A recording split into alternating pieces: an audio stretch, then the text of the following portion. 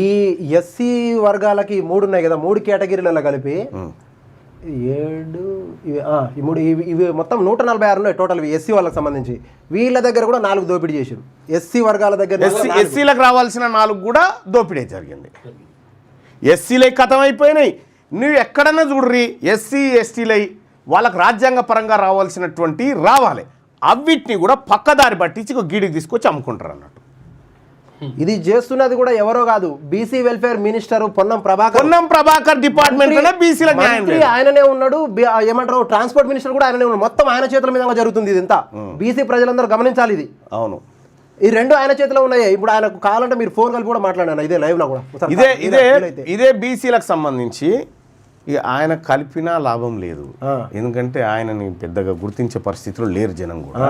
ఎందుకంటే ఆయనకు కావాల్సింది రెడ్ల సంక్షేమం కావాలి, ఆయనకు బీసీల సంక్షేమం కాదు.